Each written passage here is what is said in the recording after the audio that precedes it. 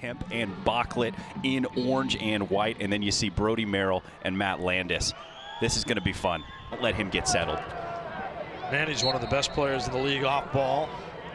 I saw Cannon's full contact earlier today. And they did a nice feature on build so far between these two teams. 2-2, can't ask for a better night or a better game so far. That's the feeling of one of those 6. There it is, 2 goals already. He's having a nice night. Best of the season so far.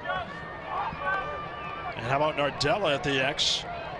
With Pellegrino trying to pick up the spare change. Tom Kelly hacks him. Minute. He has. Yeah, he's the Iron Man. Tom Kelly versus Nardella with a win for Nardella. Of the quarter. And if you're a fan of offense, this one has not disappointed. Jared Fieldsend and our outstanding crew. The MLL Game of the Week presented by Coca-Cola. Kelly and Nardella at the X. Guess who with the ground ball? That would be Brody Merrill. In the first 19 minutes. It's been impressive how often Kelly's been able to get the clamp. And at the X, it's Nardella against Tom Kelly as Nardella takes the win, and we're joined downstairs with a marker flying, multiple markers flying. The second year in a row. Lost my father in a fight to cancer just over 4 years ago. So it's nice to see the families on the field as well being honored. Yeah, we had what Nardella has to do to have more success. Well, I mean, at the end of the half, we saw him, or at the end of the quarter, we saw him be able to win it to himself, and I think that's what makes him dangerous. If he can do exactly what he did there, that's 2 in a row that he's won himself. Drew a penalty on the last one as well. As they are very similar players to begin with anyway. But 32 seconds after Lacasio's goal, back come the Outlaws. And that's 3 wins. Be a safe assessment as well. But there's a reason why they've won 2 titles in the last 3 years. Well, they're so deep, and they consistently have been going at the short stick defender. Yep. Clearly part of their game. And Nardella at the X with Tom Kelly, the second-year face-off specialist from Virginia. And there's possession for Denver. Good.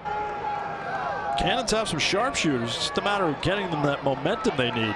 Yeah, some serious power on those shots.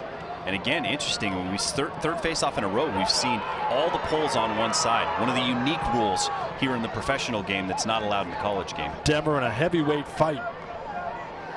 Yeah, I actually sort of like this for Nardella with the wings on the same side. But Kelly's not afraid. Some walk of life.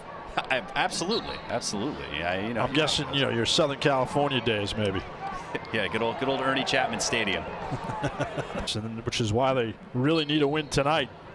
He's Chris Marshall. I'm John Mita Perel. Great to have you with us on Lax Sports Network. Hope you've enjoyed it thus far. Spectacular. I mean, you look at the players in the league who can score 2 2-pointers in a game, and there are very few of them. Denver has a couple. The early stages of the ball game. Well, and he likes playing against Boston. He had 5 points against them last year, and you know, he really needed a game to break out. Just 7 points coming in after 47 last season. Withstanding prosperity. Well, and this is exactly what Coach O'Hara was talking about right at the beginning of the halftime break. They knew that Boston was going to go on a run, and they just had to make sure that they matched that run. And so far in the second, don't get worried. They just keep coming. You figure the C-ball 2-pointer might be a trigger for the Cannons, but not so much, says Denver. League as well, playing for the Roughnecks. Nardella with the win, trying to flip it to Merrill. I mean, he wants to play, and that's the Max C-ball that you want on the field, is the one who really wants to get out there and play. It's a big face-off win for Ocello, takes it himself, and he scores.